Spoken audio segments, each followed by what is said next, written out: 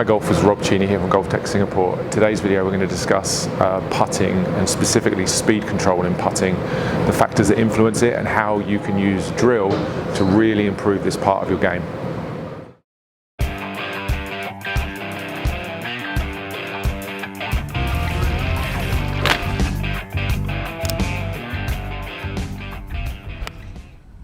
Swing. That was a good. So when it comes to good speed control on the greens, there's really two main factors. A lot of people discuss, when they talk about changing the distance they hit their putt, they talk about changing their backswing length and how far back they swing the putter, and I'd certainly agree that backswing length is one of the factors, but I'm going to discuss with you today a second piece to that puzzle, which is not just the backswing length, but also the forward stroke time. That's the time it takes for the putter to get from the end of the backswing back down to the ball.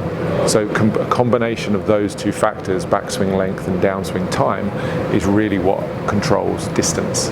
I was first introduced to this concept by Mark Sweeney at AIMPOINT training when we learned about the AIMPOINT speed training and speed class.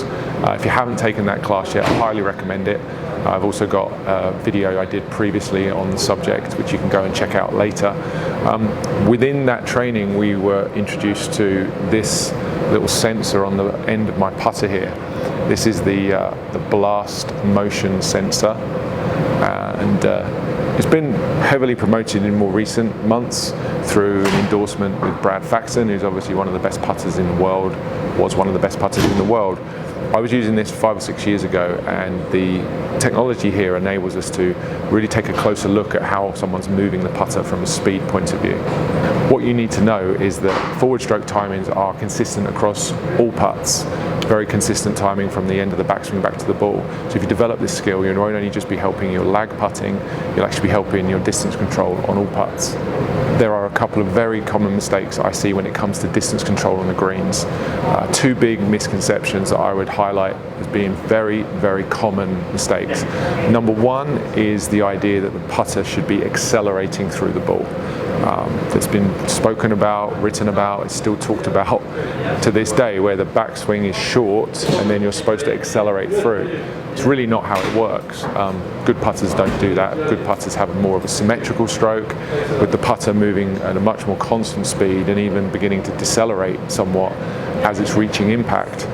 And on that point, I think that's a secondary note, is that people are so scared of decelerating and are often criticised by their playing partners for leaving the putt short. They say, oh, you know, decelerated through that one, which is just an easy way of looking at a putt that didn't reach its target, but in no way is representative of what actually happened.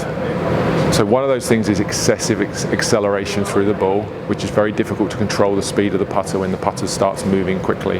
And the second one is the idea that you're not supposed to leave a putt short, which is really just a myth that's been perpetuated now over time and continues to be something that plagues many, many amateur golfers. They're so scared of leaving a putt short in their group for fear of being criticised by their playing partners that they begin hitting this thing harder and harder and harder. And that's a big mistake. Putting shot dispersion is not that different to your full shot dispersion. Some of your shots are going to go past your desired or your intended target, and some of your shots are going to fall short of your intended target. So if you end up trying to always hit your putts beyond the hole, those that finish short of that intended target will still reach the hole, but those that go beyond your intended target, because you've now moved that target so far past the hole because you're so worried about missing or leaving short, will now be so far past that you're going to risk three putting. So on lag putts, the target should be leaving the ball at the hole as best you can, and a really good checkpoint for you, a good kind of goal to aim for, is to leave the ball within 10% of the original putt distance. So if you've got a 20-foot putt, 2 foot's a good leave, 3 foot not so much. But if from 40 feet, 4 feet would be considered a good leave. So if you actually got it within 3 feet from 40 feet, that would be better than average. So rather than thinking about this as always leaving the ball within a putter length, which is often discussed, like I want to get it in the dustbin lid, I want to get it within 3 feet, it actually matters how far away your initial putt was. So one more time, that guide, 10% of the original putt distance is a really good place to start. I'm going to go ahead and hit a bunch of putts here, and we're going to look at the blast data and just see how the stroke length and the stroke timing match up.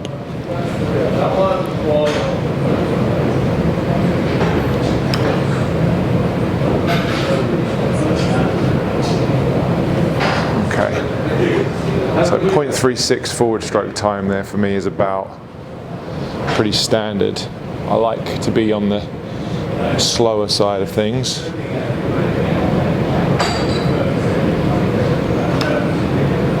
That one felt pretty good as well. 0.38, pretty similar. Backswing length was a little bit longer that time, and the forward stroke got just a tiny bit slower to accommodate. So as you get better at this, as you get better at this skill, you get better at adapting mid-stroke.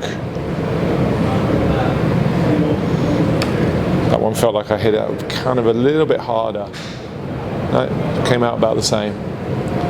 Came out about the same. Yeah, pretty much the same on those three. Backswing length and forward stroke time, well within the range, and you see the outcome there. It's pretty similar. One of the most important things that you can learn to do, this would be my number one recommendation in terms of learning to get better at speed control, is being very strict and disciplined about holding your finish with your putting stroke.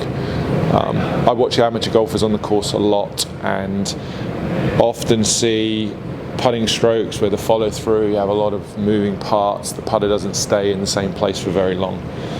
You look at good putters and it's very different. You'll see them hit the putt and you'll see that putter just being held in that position as the ball's traveling.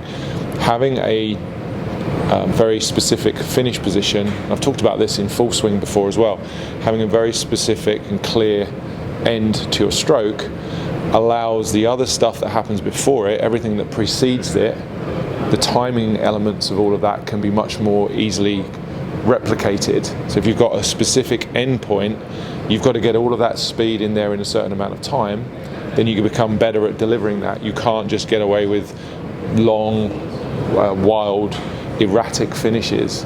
So you have to stop the putter and hold your finish. That's going to help to teach you better rhythm and timing. Let's do a few more. That one felt pretty good. Yeah, very similar.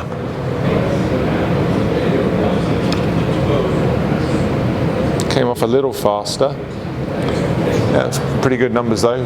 Backstroke length 12.2 inches, forward stroke time 0.36, and my ratio or rhythm and tempo there is 1.7 to 1.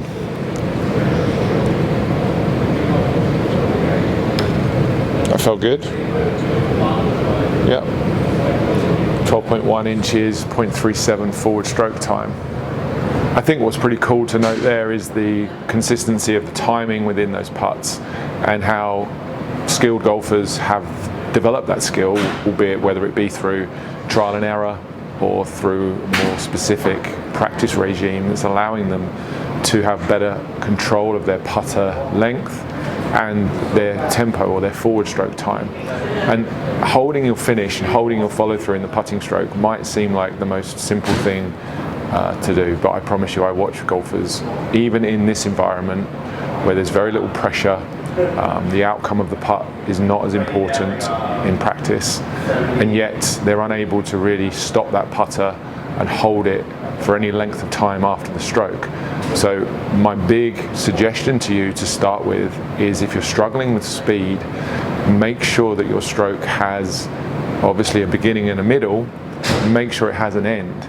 You may be surprised if you film yourself or you get someone to film you when you play, you might well be very surprised at that end point in your putting stroke where your body's moving around or your wrists are twisting the putter face in some sort of an attempt to salvage a ball that's gone off in the wrong direction.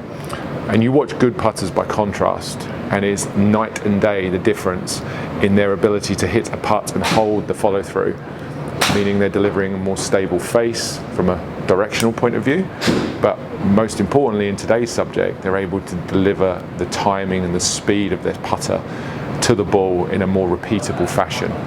So let's just take a look through some of those metrics. We've got 3 different things we're looking at. We're looking at backstroke length. So across those 6 putts that I hit, you see how the backstroke length was pretty consistent. The first one I hit there was 11.6, and the longest stroke I made was 12.3. So pretty decent tolerance there within the backstroke length. The average distance of that backstroke length didn't vary too much, and that is certainly part of being a good speed control, having good speed control with your putter.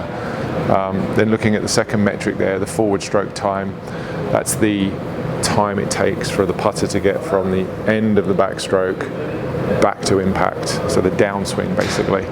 And once again, you see there how the timing there was very tight and very controlled. So again, something you would see among good speed putters is their ability to have good control of that downswing time.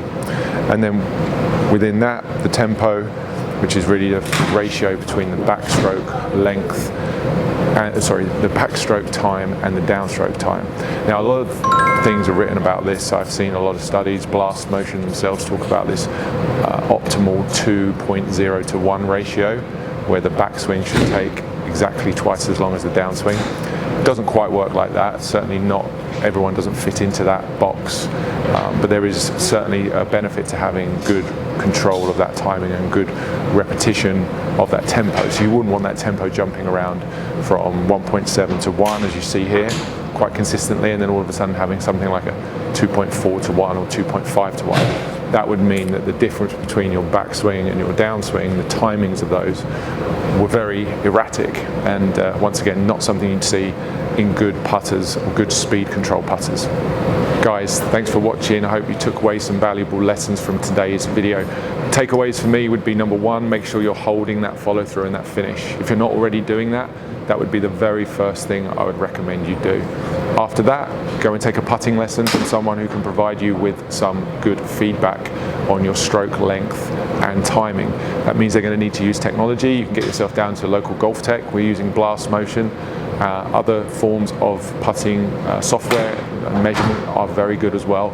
If you have someone who's using the SAM Putt Lab, that's also a very good piece of kit. So make sure you've got someone who's educated, understands how this works, and is able to measure your stroke. If someone is just looking at your putting stroke and telling you what you need to do, it's probably not going to be the most accurate information. Putting requires feedback, and that feedback has to be measured, not guessed. If you enjoyed today's video, please do give it a thumbs up. I do have other putting videos on my channel. If you're not already subscribed, please do click that subscribe button. Until next time, guys, thanks for watching, and I'll see you all again very soon.